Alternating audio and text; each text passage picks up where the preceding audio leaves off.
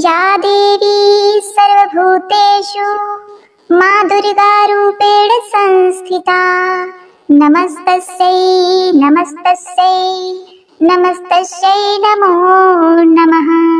माँ भगवती जगदम्बा दुर्गा की कृपा सदा आप और आपके समस्त परिवार पर बनी रहे।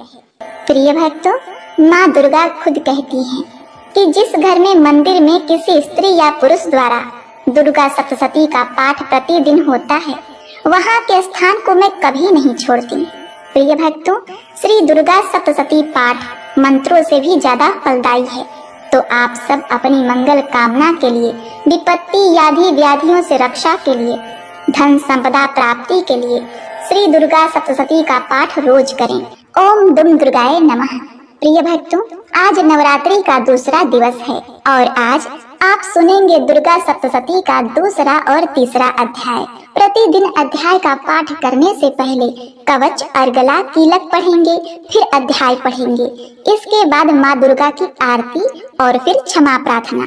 यही क्रम प्रतिदिन रहेगा, क्योंकि ब्रह्मा जी ने साफ शब्दों में कहा है, यदि देवी कवच, अर्गला, कीलक के बाद श्री दुर्गा सप्तशती का पठन या श्रवण करें तो साधक की दिनों दिन उन्नति होती है। तो भक्ति भाव से नवाण मंत्र का उच्चारण कीजिए। ऐं ह्लीं क्लीं चामुंडाय विच्चे। तो चलिए माँ दुर्गा का ध्यान करके सबसे पहले दुर्गा कवच का पाठ करते हैं। सबसे पहले विनियोग है ओम नमः चंडिकाय। माँ दुर्गा के चंडी रूप को हमारा नमन है। यह भगवान ब्रह्मा जी के द्वारा लिखा गया चंडी कवच है, जिसमें कुल 56 छंद हैं। श्री गणेश, चामुंडा देवता, दिग्बंधन देवता, जगदम्बा माता इत्यादि का ध्यान करके हम इस श्री दुर्गा सप्तशती का पाठ का आरंभ कर रहे हैं। मार्कंडे जी ने ब्रह्मा जी से कहा, हे पितामह, इस सृष्टि में परम गोपनीय, सभी प्रकार के मनुष्यों का रक्षक और अब तक अज्ञात हो ऐसा कोई साधन मुझे बतलाने की कृपा करें।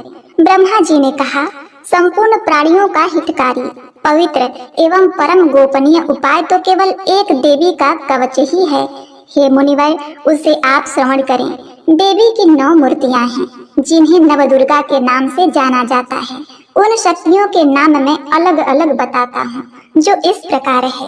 पहला नाम शैलपुत्री, दूसरा ब्रह्मचारिणी, तीसरा चंद्रघंटा, चौथा कुसमांडा, 5वां स्कंद माता, 6वां कात्यायनी, 7वां कालरात्रि, 8वां महागौरी तथा 9वीं सिद्धिदात्री है। जो व्यक्ति अग्नि से दग्ध हो रहा हो, रणभूमि में शत्रुओं द्वारा आच्छादित हो गया हो अथवा भीषण संकटापत्र अवस्था में हो, तो वह मनुष्य यदि जगत जननी माँ दुर्गा के शरणागत हो जाए तो किसी भी अवस्था में उसका अनिष्ट नहीं हो सकता, वह किसी भी विपत्ति में नहीं पड़ सकता तथा वह शोक, दुख, भय आदि बाधाओं से मुक्त हो जाता है। हे देवी, जो लोग भक्ति युक्त होकर आपका स्मरण करते हैं उनकी दिनों दिन उन्नति होती है। हे देवी, अपने आराधक की तुम निश्चित ही रक्षा करती हो। चामुंडा देवी का वाहन प्रेत, बाराही का महिष, इंद्रिय का एरावत नामक हाथी और वैष्णवी का गरुड़ है। महेश्वरी बैल पर तथा कौमारी मोर पर सवार हैं। विष्णु पत्नी महालक्ष्मी हाथ में कमल लिए कमलासन पर विराजमान है। श्वेतवर्णा ईश्वरी बैल पर तथा ब्रह्माणी सरस्वती समस्त अलंकारों से विभूषित होकर हंस पर आरूढ़ हैं। समस्त देवियां अनेक अलंकारों एवं रत्नों से सज्जित होकर योग शक्तियों से पूर्ण हैं। इनके अतिरिक्त और भी अनेक देवियां हैं जो दानवों के दलन तथा संतों की सहायता के लिए क्रोधाकृत से रथ में सवार रहती हैं। उन देवियों के कर कमलों में शंख, चक्र, गदा, शक्ति, हल, मूसल, खेटक, तोमर, परशु, पाश, भाला, त्रिशूल, उत्तम प्रकार का सिंह, धनुष आदि शस्त्र सुशोभित रहते हैं। उनके शस्त्र धारण का उद्देश्य देवताओं की सुरक्षा, दैत्यों का विनाश एवं भक्तों को अभय प्रदान करना है। महाभयनाशिनी, महाबल, महान पराक्रम एवं महान उत्साह से युक्त हे महारौद्रे, तुम्हें प्रणाम है। शत्रुओं को भयभीत करने वाली हे देवी, तुम मेरी रक्षा करो। प्रखर तेज के कारण मैं तुम्हारी ओर दृष्टिपात भी नहीं कर सकता। इंद्रिय शक्ति पूर्व दिशा में मेरी रक्षा करें और आग्नेय शक्ति आग्नेय कोण में मेरी रक्षा करें। वाराही देवी दक्षिण दिशा में, खड्ग धारणी नेत्रंत कोण में, वारुणी शक्ति पश्चिम में तथा मृगवाहिनी शक्ति वायव्य कोण में मेरी रक्षा करें। कौमारी शक्ति उत्तर में, शूलधारणी शक्ति ईशान कोण में, ब्रह्माणी ऊपर तथा वैष्णवी शक्ति नीचे हमारी रक्षा करें। इसी प्रकार शवारूढ़ा चामुंडा देवी दसों दिशाओं में मेरी रक्षा करें। आगे जया और पीछे विजया मेरी रक्षा करें। वाम पार्श्व में अजिता नाम की शक्ति, दाहिनी ओर अपराजिता, शिखा में उद्धोतनी तथा मस्तक में उमा शक्ति मेरी रक्षा करें। ललाट में मालाधारी, दोनों भावों में यशस्विनी, भ्रूम मध्य में त्रिनेत्रा तथा नासिका में यमघंटा शक्ति मेरी रक्षा करें। दोनों नेत्रों के बीच में शंखिनी, दोनों कानों के मध्य में द्वारवासिनी, कपोल में कालिका तथा कर्ण के मूल भाग में शंकरी शक्ति मेरी रक्षा करे। नासिका में सुगंधा, ऊपरी ओष्ठ में चर्चिका, अधरोष्ठ में अमृत कला और जीभ की रक्षा सरस्वती करें। मेरे दांतों की रक्षा कौमारी, कंठ के मध्य भाग में चंडिका, गले की त्रिघंटा तथा तालु भाग की रक्षा महामाया करे। कामाक्षी हड्डी की, सर्वमंगला वाणी की, भद्रकाली ग्रीवा की तथा धनुर्धरी शक्ति मेरी मेरुदंड रीढ़ की रक्षा करें। कंठ के बाहर नील ग्रीवा और कंठ की नली में नलकुबरी, दोनों कंधों की खड़गनी एवं वज्रधारणी शक्ति मेरी दोनों भुजाओं की रक्षा करें। दोनों हाथों की दंडिनी, अंगुलियों की अंबिका, नखों की शूलेश्वरी और कुछी भाग की कुलेश्वरी रक्षा करें। महादेवी स्तनों की तथा मेरे मन की रक्षा शोक विनाशनी शक्ति करे। ललिता देवी हृदय की एवं शूलधारणी शक्ति मेरे उदर की रक्षा करें। नाभि में कामिनी एवं गुप्तांग में गुहेश्वरी मेरी रक्षा करें। कामिका तथा पूतना लिंग की और महिषवाहिनी गुदा की रक्षा करें। भगवती कटी प्रदेश में तथा विंध्यवासिनी घुटनों की रक्षा करें। संपूर्ण कामनाओं को देने वाली महाबाला मेरी जंघा की रक्षा करें। दोनों पैरों की हड्डी की नरसिंही, दोनों पैरों के निचले भाग की तेजसी देवी, पैरों की उंगलियों की श्रीदेवी तथा तालुओं की रक्षा तलवासिनी करें। दंष्टा कराली नखों की, ऊर्ध्वकेशनी देवी केशों की, कौवेरी रोमावली छिद्रों में तथा बागेश्वरी मेरी त्वचा की रक्षा करें। पार्वती देवी रक्त, मज्जा, चर्बी, मांस, हड्डी और मैदे की रक्षा करें। कालरात्रि आतों की, मुकुटेश्वरी पित्त की, पद्मावती पद्मकोश की, चूड़ामणि कफ की, ज्वालामुखी नख राशि में उत्पन्न तेज की तथा अभेदा शक्ति संधि स्थलों की रक्षा करें। ब्रह्माणी शुक्र की, छत्रेश्वरी छाया की, धर्मधारणी शक्ति हमारे अहंकार, मन एवं बुद्धि की रक्षा करें। वज्रहस्ता प्राण, अपान, व्यान, उदान और समान वायु की तथा कल्याण शोभना शक्ति हमारे प्राण की रक्षा करें। रस रूप गंध शब्द तथा स्पर्श रूप विषयों का अनुभव करते समय योगिनी एवं हमारे सत्व, रज एवं तमोगुण की रक्षा नारायणी देवी करे। वराही आयु की, वैष्णवी धर्म की, चक्रणी यश, कीर्ति, लक्ष्मी, धन और विद्या की रक्षा करें। हे इंद्राणी, तुम मेरी कुल की एवं हे चंडिके, तुम हमारे पशुओं को रक्षण प्रदान करो। महालक्ष्मी पुत्रों की तथा भैरवी हमारे भार्या की रक्षा करें। सुपथा देवी पथ की, क्षेमकरी मार्ग की, महालक्ष्मी राज दरबार की एवं सर्वव्यापिनी विजया देवी भय से मेरी रक्षा करें। हे देवी, इस कवच में जिस शरीर स्थान की रक्षा की बात नहीं कही गई है, उन सभी स्थानों की पाप विनाशिनी जयंती देवी रक्षा करें। कल्याण का इच्छुक व्यक्ति इस कवच का पाठ किए बिना कहीं भी गमन न करे। इस कवच का पाठ करने वाला व्यक्ति जिन जिन स्थान पर जाता है, उसे उन सभी स्थानों पर धन की प्राप्ति, समस्त कामनाओं की उपलब्धि एवं विजय की प्राप्ति होती है। वह मनुष्य जिस वस्तु की इच्छा करता है, वह वस्तु उसे निश्चित ही मिलती है। इस दुर्गा कवच का पाठ करने वाला इस भूमि पर अतुल ऐश्वर्य प्राप्त करता है तथा उसे किसी से भय प्राप्त नहीं होता और वह युद्ध में विजेता होता है। उस व्यक्ति की पूजा त्रिलोक्य में होती है। यह कवच देवताओं के लिए भी दुर्लभ है। इस देवी कवच का जो लोग श्रद्धा पूर्वक त्रिकाल पाठ करते हैं उन्हें देवी कला प्राप्त होती है तथा वे त्रिलोक में किसी से परास्त नहीं होते। वह प्राणी शतायु होता है तथा उसकी कभी अकाल मृत्यु नहीं होती। उसके लूता एक प्रकार का रोग जो सिर में खाज के रूप में होता है, विस्फोटक, चेचक आदि समग्र रोग नष्ट हो जाते हैं। उसे स्थावर विष, कनेर, भांग, अफीम आदि तथा जगम विष, सर्प, बिच्छू आदि के दंशन द्वारा उत्पन्न होने वाला विष का प्रभाव नहीं होता।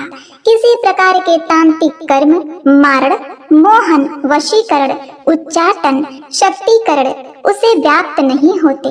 मंत्र, यंत्र, पृथ्वी एवं आकाश में गमन करने वाले ग्राम देवतादि, जलोत्पन्न, उपदेश सिद्धि, समस्त देवतादि, समस्त कुल देवता, कंठमाला, डाकिनी, शाकिनी तथा अंतरिक्षचारी, भूत, पिशाच, यक्ष, गंधर्व, राक्षस, ब्रह्म राक्षस, बेताल, कुष्मांड तथा भीषण भैरवी, समस्त अनिष्टकारक जीव इस कवच के पाठ करने वाले व्यक्ति को देखते ही स्वयं नष्ट हो जाते हैं।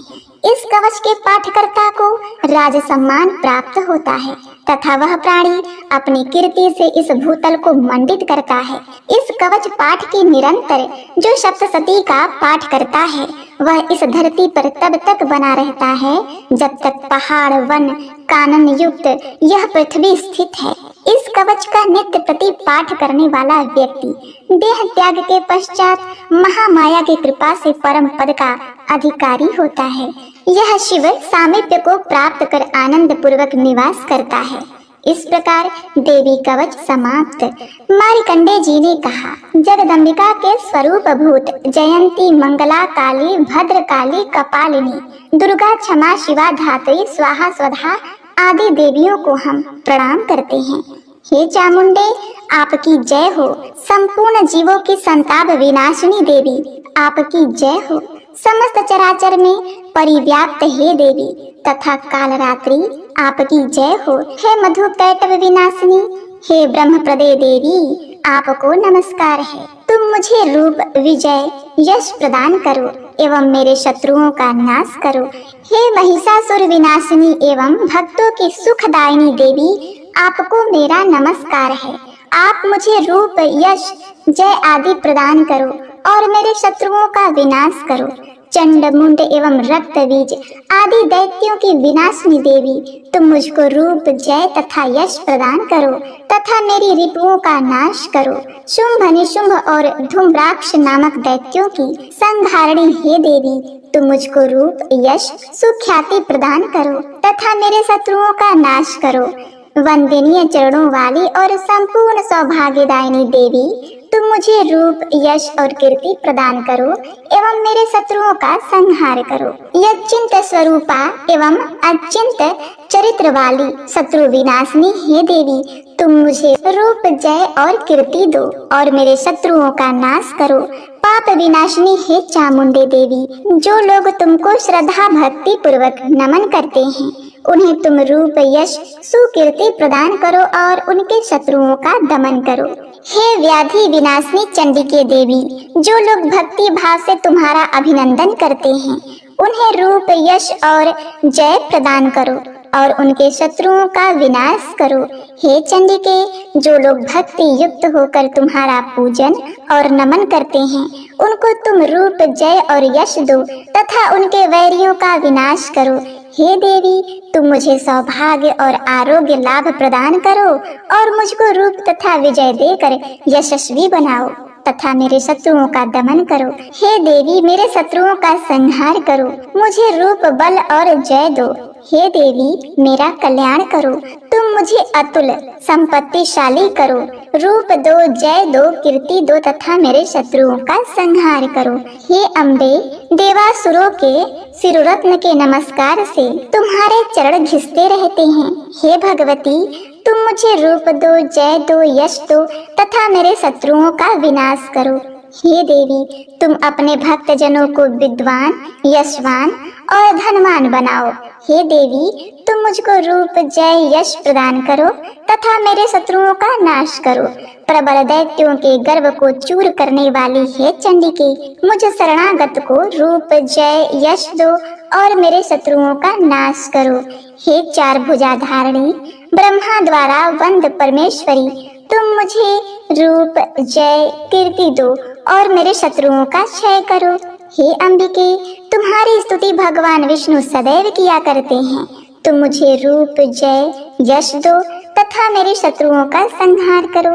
भगवान शिव द्वारा स्तुति की जाने वाली हे परमेश्वरी, तुम मुझे रूप, जय, यश दो और मेरे शत्रुओं का संहार करो। शचीपति देवराज इंद्र के द्वारा शुद्ध भाव से पूजित हे परमेश्वरी, तुम मुझको रूप, जय, कीर्ति दो और मेरे शत्रुओं का संहार करो। अपनी प्रचंड भुजाओं द्वारा दानवों के दर्प को दलन करने वाली हे देवी, तुम मुझको रूप दो, जय दो, कीर्ति दो और मेरे शत्रुओं का नाश करो। अपने भक्तजनों को अत्यंत आनंद प्रवर्धिनी हे अंबिके, तुम मुझे रूप, जय, यश देकर मेरे शत्रुओं का दमन करो। हे देवी, हमारी इच्छा के अनुसार कार्य करने वाली कुलीना सुंदर पत्नी मुझे प्रदान करो, जो संसार सागर से उद्धार करने वाली हो। इस देवी के इस अर्गला स्तोत्र का पाठ कर जो भक्त दुर्गा सप्तशती का पाठ करता है, उसे दुर्गा सप्तशती पाठ करने का संपूर्ण फल प्राप्त होता है तथा भगवती के अनुग्रह से उन्हें प्रचुर धन का लाभ होता है। इस प्रकार अर्गला स्तोत्र समाप्त। मार्कंडेय मुनि ने कहा, जिन आशुतोष भगवान शिव का विशुद्ध ज्ञान ही शरीर रूप है, उनके तीनों नेत्र तीनों वेदों ऋग, यजुर और साम के समान हैं। उन्होंने अपने मस्तक पर अर्धचंद्र धारण कर रखा है तथा संपूर्ण कल्याण के कारणभूत हैं। ऐसे भगवान शिव की मैं वंदना करता हूँ। यह कीलक सप्तशती पाठकर्ता के लिए सप्तशती मंत्रों के अंगभूत रूप में है। जो लोग इस कीलक का पाठ करते हैं, उनका सदैव मंगल होता है। इस कीलक पाठ से उच्चाटन आदि कर्म सिद्ध होते हैं और इस स्तोत्र के पाठ करने से भगवती दुर्गा उन पर प्रसन्न होती हैं। उच्चाटन आदि कर्मों के सिद्धि तथा भीषण व्याधि विनाश के निमित्त यंत्र, मंत्र, तंत्र आदि कार्यों तथा व्याधि मुक्ति के लिए रसायन आदि औषधियों की आवश्यकता पड़ती है।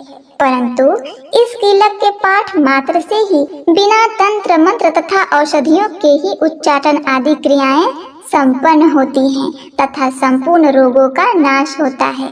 जहाँ अन्य तंत्रों के जप आदि से जो फल प्राप्त होता है, वही केवल दुर्गा सप्तशती के पाठ मात्र से ही समस्त सिद्धियां उपलब्ध होती हैं।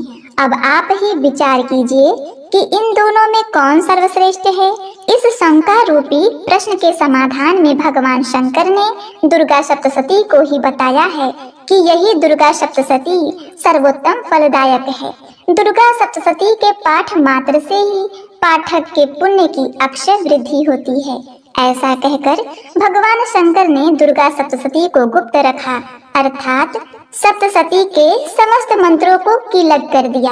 जो व्यक्ति कृष्ण पक्ष की चतुर्दशी या अष्टमी को स्थिर चित्त से दुर्गा सप्तशती का पाठ करता है, उसका निसंदेह रूप से मंगल होता है।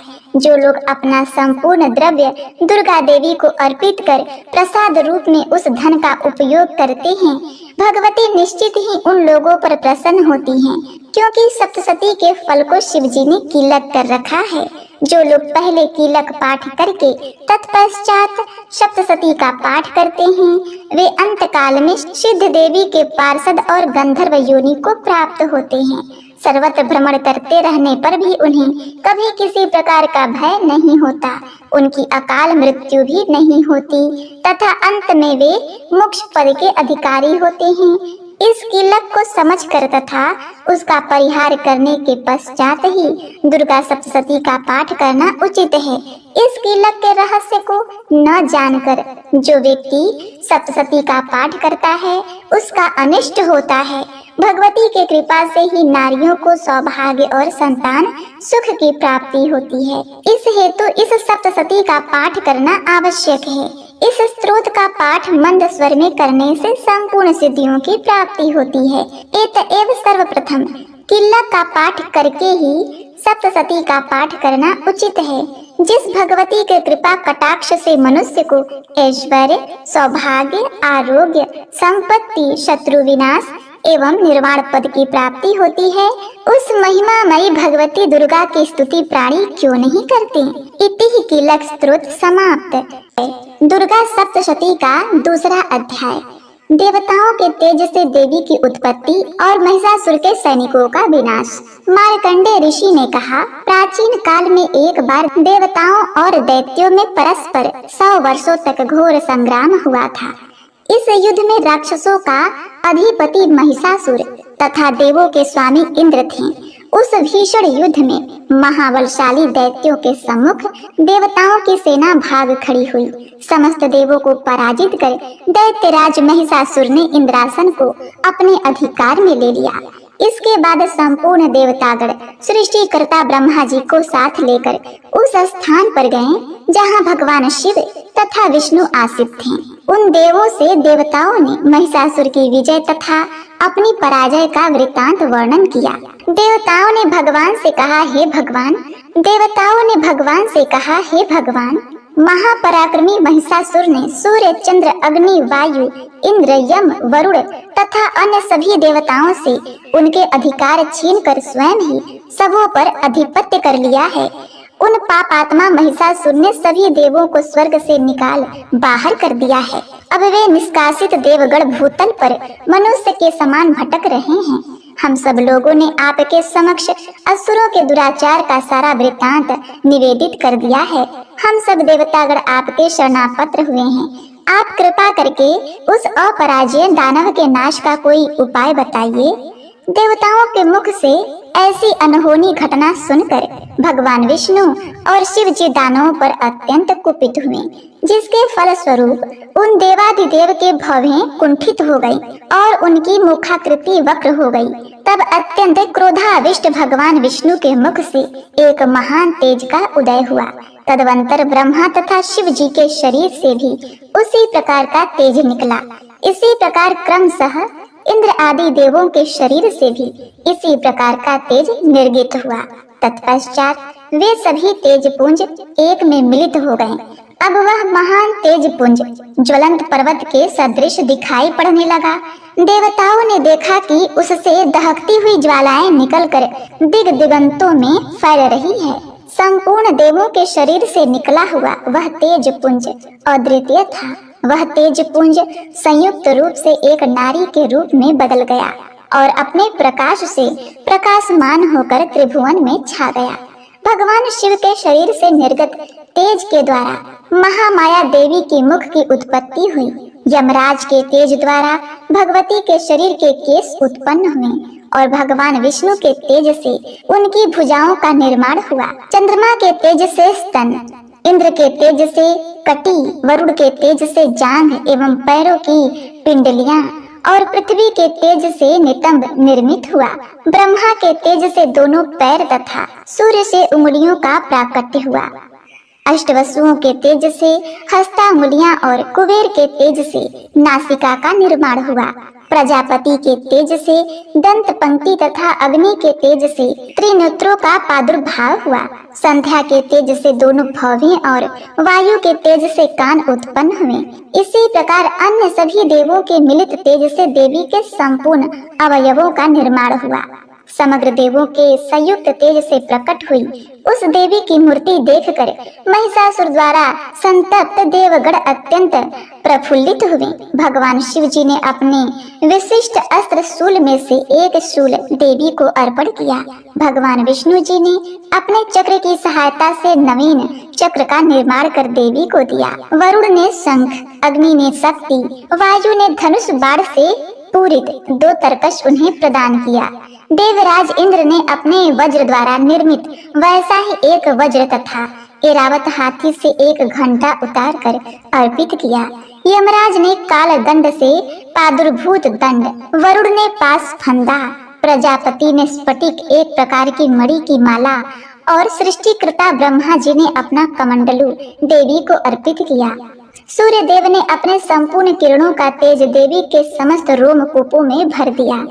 काल ने उन्हें अपनी दीप्यमान तलवार और ढाल दे डाली। क्षीर सागर ने उज्जवल हार, कभी मलिन न होने वाले 2 दिव्य वस्त्र, दिव्य चूड़ामणि, 2 कुंडल, कड़े, समुज्ज्वल अर्धचंद्र, भुजाओं में धारण करने का, बाहुओं में पहनने का एक प्राचीन आभूषण बाजूबंद अर्पित किया। दोनों चरणों में धारण करने के लिए निर्मल नूपुर, पाजेब, गले की उत्तम हंसली और सभी अंगुलियों में पहनने के लिए रत्न जड़ित अंगूठियां भी प्रदान की। विश्वकर्मा ने देवी को अपना स्वच्छ परशु फरसा दे दिया। इसके साथ ही उन्होंने अनेक प्रकार के अस्त्र और अभेद कवच उन्हें दिए।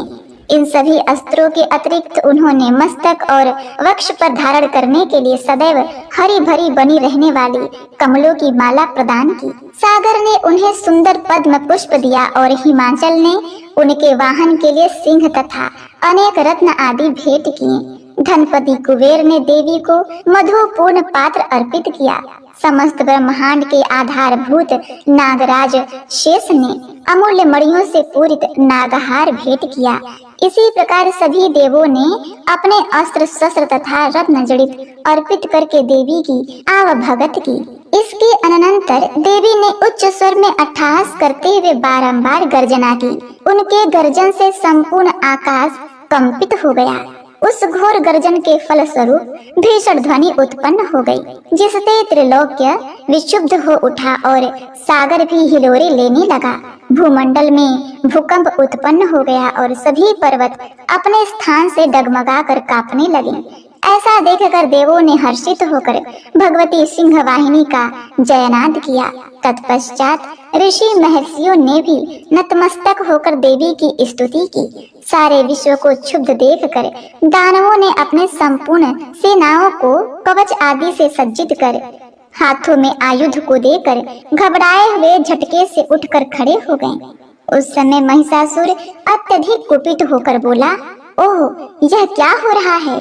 इसके बाद संपूर्ण दानवों से घिरा हुआ महिषासुर देवी की भयंकर गर्जना को लक्ष्य कर उसी दिशा में दौड़ पड़ा।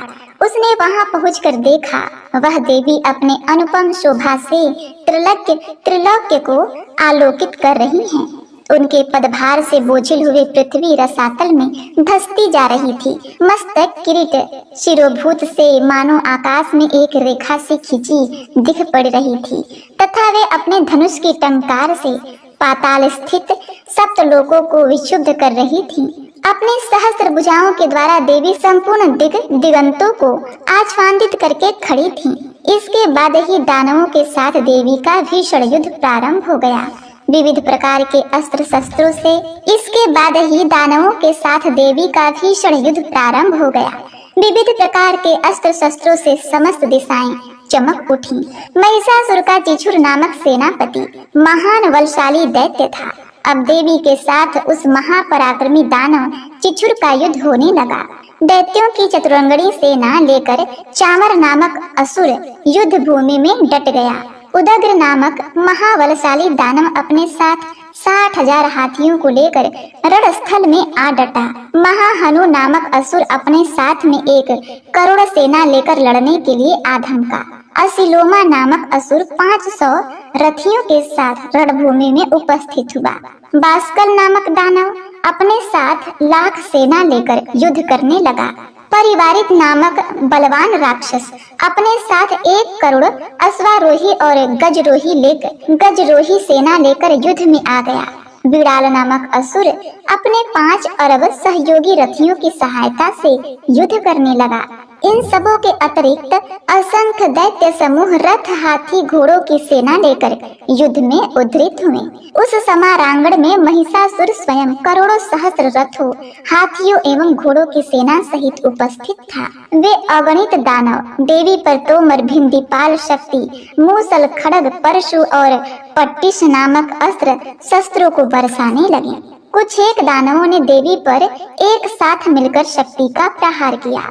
दूसरों ने अपने फंदे फेंक कर देवी को बांधना चाहा।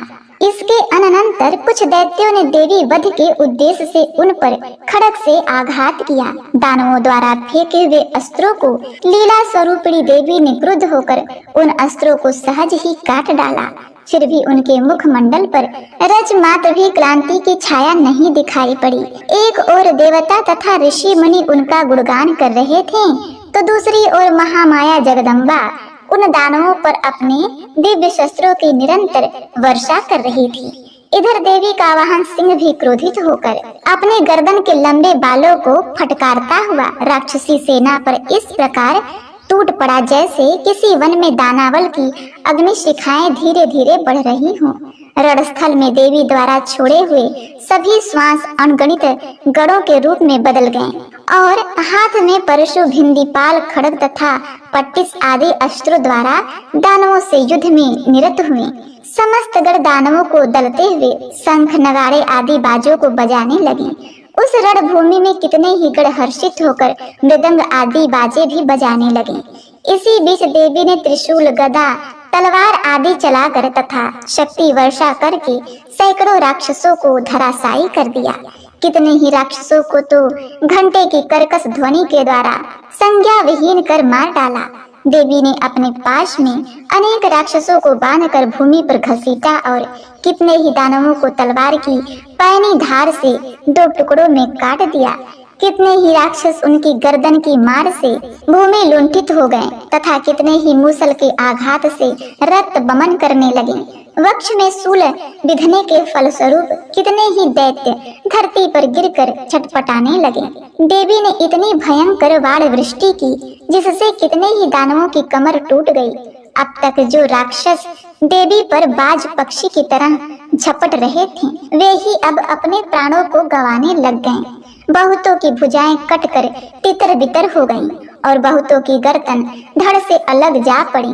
कितने ही राक्षसों के सिर खंड खंड होकर पृथ्वी पर गिरने लगे तथा कुछ दानवों के शरीर कटकर दो टुकड़े हो गए। जांघ विहीन होकर कितने ही भूमि पर पतित हो गए। देवी ने कितने ही दानवों को बाह और एक पैर से लंगड़ा बना दिया तथा कितनों की एक आंख फोड़कर उन्हें दो खंडों में मार गिराया। कितने ही दानवों के मुंड कट गए थे, फिर भी वे साहस पूर्वक पुनः उठकर खड़े हो गए थे। कितने ही राक्षस केवल धड़ के सहारे ही अस्त्रों को लेकर लड़ने लग गए थे। जुझाऊ बाजे के राग पर कितने ही मुंड विहीन धड़ नृत्य करने लगे थे।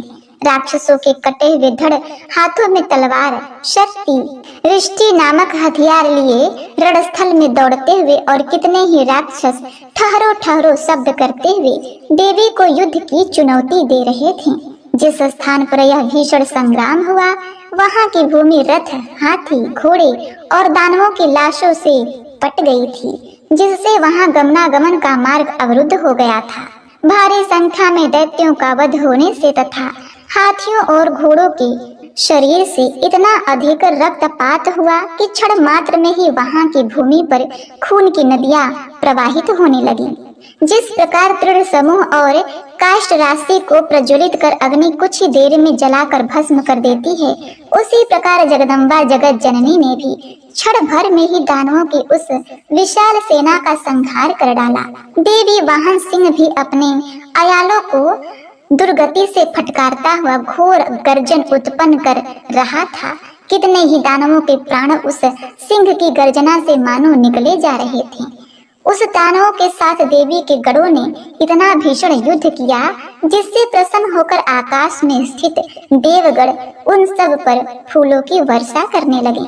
इस प्रकार से दूसरा अध्याय समाप्त। तीसरा अध्याय महिषासुर वध। इसके बाद ऋषि ने कहा, अपनी सेना का विनाश होते देखकर सेनापति चिचुर अत्यंत क्रोध की मुद्रा में देवी से युद्ध के लिए उनके सामने आ खड़ा हुआ। सुमेरु पर्वत पर मेघों की वृष्टि होने के समान वह राक्षस देवी पर वाड़ों की वर्षा करने लगा। तब देवी ने उस राक्षस के समस्त वाड़ों को सहज में ही काट गिराया और सारथी सहित उसके रथ और घोड़ों को भी मार डाला। इसके पश्चात उस महाबली दैत्य की ध्वजा तथा धनुष को काट दिया। धनुष विहीन उस राक्षस को देवी ने अपनी बाण वर्षा द्वारा विद्ध कर दिया। वह राक्षस अपने धनुष तथा रथ के विनाश से व्यथित होकर तलवार और ढाल लेकर देवी पर टूट पड़ा। उसने अपनी तीक्ष्ण तलवार से देवी के वाहन सिंह पर प्रहार किया और साथ ही शीघ्रता से देवी की बाईं भुजा पर भी।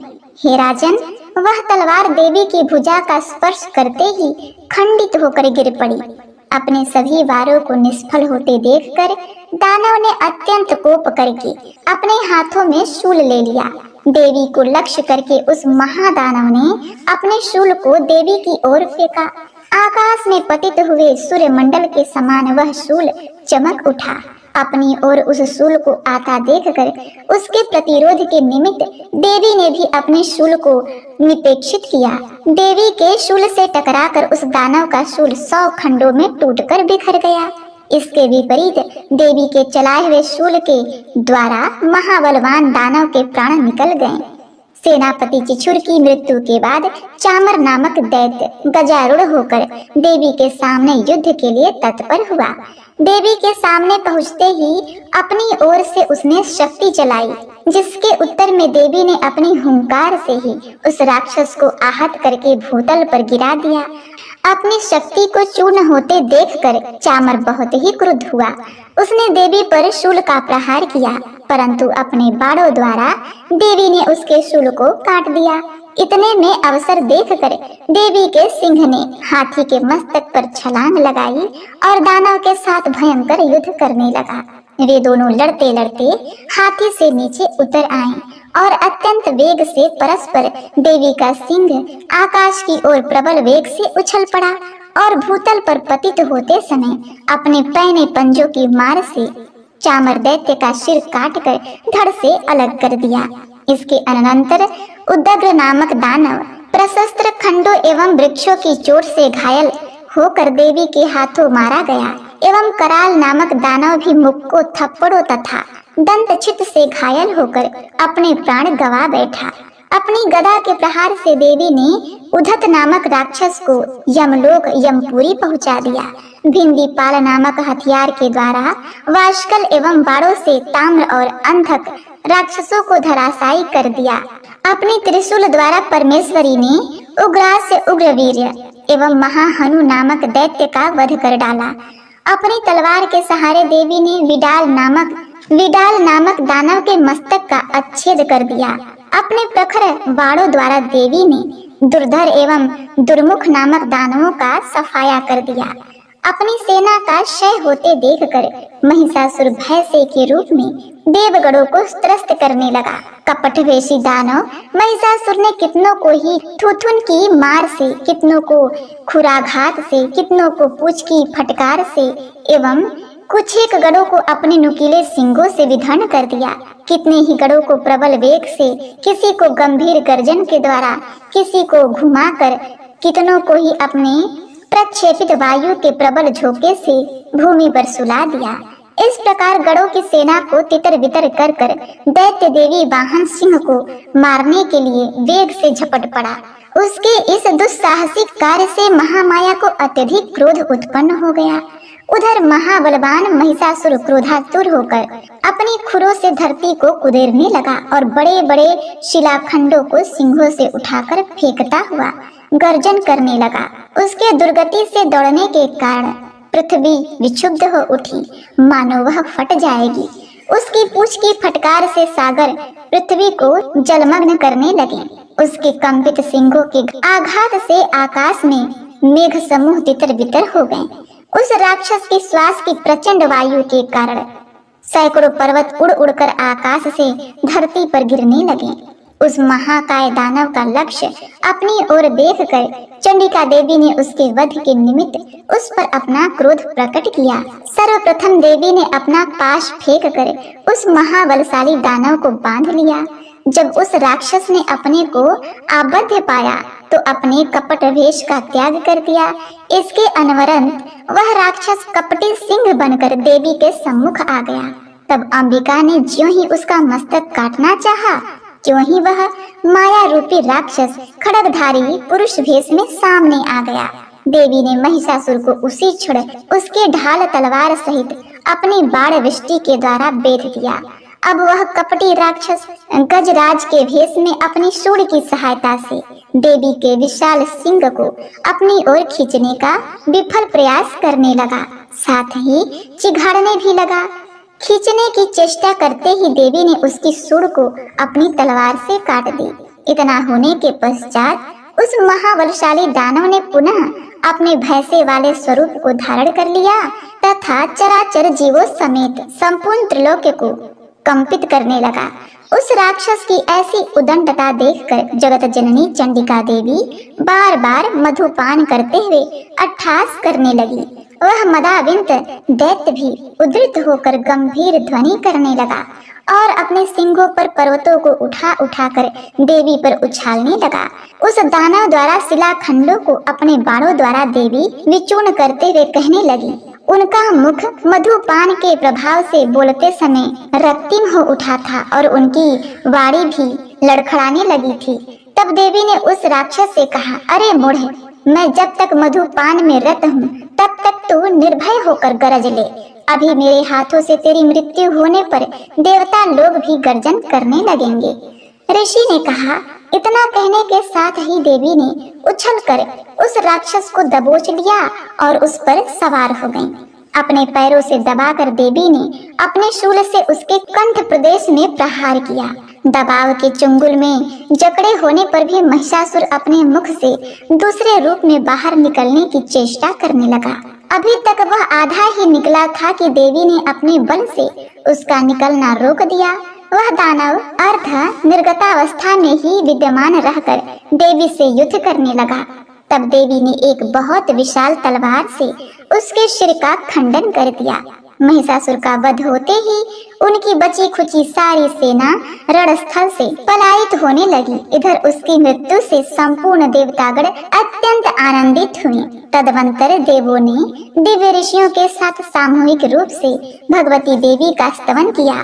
गंधराज हर्षित होकर गायन करने लगे एवं देवांगनाएं नृत्य करने लगी। इस प्रकार से तीसरा अध्याय समाप्त हुआ।